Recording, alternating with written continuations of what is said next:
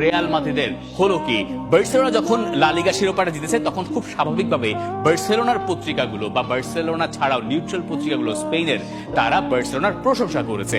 যেমন দিয়ারিও আসের কথা ধরতে পারেন, তারা বলছে ইতিহাস গড়া হয়েছে এখানে, মুন্দো দেপোর্তিভো স্যালুট জানাচ্ছে বার্সেলোনাকে। দিয়ারিও স্পোর্ট বলছে ক্যাম্পিওনেস ফিয়েস্তা হিস্টোরিকা। এটা আপনি মোটামুটি বাংলা ইংলিশ করে একটা কিছু বুঝতেই পারবেন। কিন্তু ইন্টারেস্টিংলি মার্কা, যেটা মাদ্রিদ ভিত্তিক গণমাধ্যম এবং যারা রিয়াল মাদ্রিদ ঘেঁষা, তারা রিয়াল মাদ্রিদের কড়া সমালোচনা করছে। প্রচ্ছদে তাদের বার্সেলোনার ওই ছবিটাই হান্সি ফ্লিক সবার ওপরে অবস্থান করছেন। সেখানে তারা বলেছে যে বার্সেলোনা একটা শিরোপা উদযাপন করছে রীতিমতো কোনো অপোনেন্ট ছাড়া, কোন রকম কোনো প্রতিপক্ষ ছাড়া। কারণ রিয়াল মাদ্রিদ আসলে মাঠে ছিলই না, ছিল হয়তো কেবলমাত্র থাকতে হয় দেখে রিয়াল মাদ্রিদ সেই জায়গায় সম্ভবত ছিল।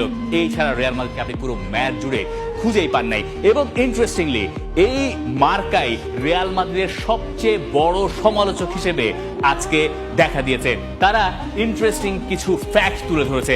তাদের যে আজকের রিপোর্ট, সেখানে তারা একটা কথা বারবার ব্যবহার করছে। তারা বলছে ইটস নট সিরিয়াস, মানে ইংরেজি করলে যা দাঁড়ায় ইটস নট সিরিয়াস দিয়ে তারা 11টা কারণ দেখিয়েছে যেটা রিয়াল মাদ্রিদের এই গোটা সিজনটা ডিফাইন করে। প্রথম কারণ তারা বলছে 2 রাউন্ড বাকি থাকতে 14 পয়েন্টে পিছিয়ে রিয়াল, ইটস নট সিরিয়াস। এরপর তারা আবার বলছে এমবাপে কয়েক সপ্তাহ ধরে ঘুরে বেড়াচ্ছে এবং এই লা লিগা ম্যাচে, যেটা এল ক্লাসিকোর ম্যাচ, সেখানে তাকে খুঁজে পাওয়া যায় নাই, ইটস নট সিরিয়াস। তারা প্রতিবার একটা করে কারণ বলছে, তারা প্রতিবার তার সঙ্গে জুড়ে দিচ্ছে ইটস নট সিরিয়াস। তারপর তারা বলছে 119 ইনজুরি, যেটা রিয়াল মাদ্রিদকে এই সিজন জুড়ে ভুগিয়েছে।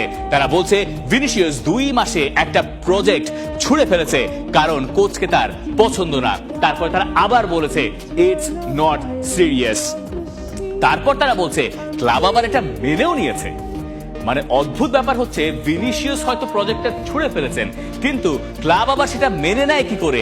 মার্কা এই জায়গায় দুষছে পুরোপুরি ভিনিসিয়াস জুনিয়রকে। তারা এমনকি এই কথাও বলেছে ডেস্ট্রয় দ্য প্রজেক্ট, মানে ইংরেজি করলে যা দাঁড়ায় এইরকম কড়া শব্দ তারা ব্যবহার করেছে ভিনিসিয়াসকে বোঝাতে গিয়ে। তারপর তারা আরো বলছে যে সেবায়োস কোচের অফিসে গিয়ে কথা বলতে যায়, এরপর 6 সপ্তাহ ধরে সে দলেই থাকে না। ফুটবলাররা লকার রুমে মারামারি করছে, ইটস নট সিরিয়াস। এখানে একটা কথা বোধহয় মার্কা বলতে ভুলে গেছে যে ফুটবলারদের ভিতরে মারামারি হয়। ফাইট ক্লাবের কথা যদি আপনি জানেন যে ফাইট ক্লাবের নিয়ম কি, যে ফাইট ক্লাব নিয়ে আপনি কোনো আলোচনা করবেন না। ফুটবলারদের ভেতরে এই ধরনের ঘটনা হয়, আপনি আপনার কলিগের সঙ্গে অনেক সময় বিবাদে জড়িয়ে পড়তে পারেন। কিন্তু মজার ব্যাপার হচ্ছে এই ঘটনা বাইরে বের হওয়ার কথা নয়, বাইরে বেরিয়েছে সেটাও আপনি মেনে নেন। এইসব ঘটনা কখনো কখনো বাইরে বেরিয়ে যায়, কিন্তু একই জুটির ভেতরে, মানে যে দুজন বিবাদমান পক্ষ, তাদের ভেতরে পরদিন আবার একইভাবে কি করে লড়াই হয়। মানে ভালভার্দে আর সুয়েমেরির যদি ওই কথা কাটাকাটি, যেটা মারামারির পর্যায়ে চলে গেছে, সেটা তো একদিন হলো, পরদিন গিয়ে যখন আবার একই ঘটনার অবতারণা করে, তখন তার ভেতরে সিরিয়াস প্রবলেম আছে। যদিও মার্কা এটাকে সার্কাস্টিকলি বলছে it's not serious at all. এরপর তারা বলছে আরবেলোয়া বলে ফুটবলারদের নিয়ে সে গর্বিত।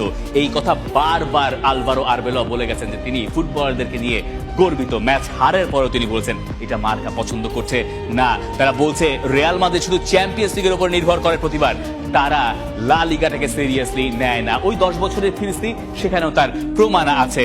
ফুটবলাররা মোটে 4 ম্যাচ খেলার সুযোগ পায়। তারপর তারা বলছে ক্যাম্প নিউ এর ম্যাচটাও সমস্যা না, এমন অনেক আছে। মানে অবস্থা এমন দাঁড়িয়েছে যে ক্যাম্প নৌতে আপনি এল ক্লাসিকো হেরেছেন, এইটাও রিয়াল মাদ্রিদের জন্য সমস্যার কারণ না।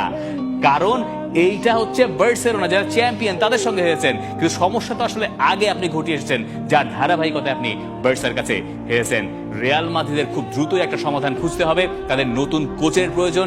এই ভিনিসিয়াস, এই কিলিয়ান এমবাপেদেরকে একসঙ্গে যিনি গাঁথতে পারবেন, এরকম একজনকে প্রয়োজন। সেই পথে ফ্লোরেন্তিনো পেরেজ কতখানি আছেন সেটা ধোঁয়াশা থেকে গেল। কিন্তু পরপর 2 বার সিজনের শুরুতে বেশিরভাগ লোকের মতে ফেভারিট হওয়ার পরেও রিয়াল মাদ্রিদের এই ধরনের ভরাডুবি মাদ্রিদের জন্য, রিয়াল মাদ্রিদের জন্য আসলেই আশঙ্কার। এবং স্পেশালি ওই এমবাপে ভিনিসিয়াস ইস্যুগুলো বারবার আপনাকে, আপনি যদি রিয়াল মাদ্রিদ ভক্ত হয়ে থাকেন, আপনাকে পোক করার কথা। আর এরপরে সিজনের এমন একটা পর্যায়ে আপনি আছেন যেখানে আপনার কাছে রিয়াল মাদ্রিদ ফ্যান হলে আপনার মনে হবে ইটস আ লং সিজন। মানে ইউজুয়ালি আমরা এই কথাটা কার সাথে বলি? চ্যাম্পিয়ন্স লিগ আর রিয়াল মাদ্রিদ সান্তিয়াগো বার্নাবিউ এর সঙ্গে অ্যাসোসিয়েট করে বলা হয় না যে 90 minutes at Santiago Bernabeu is a long time.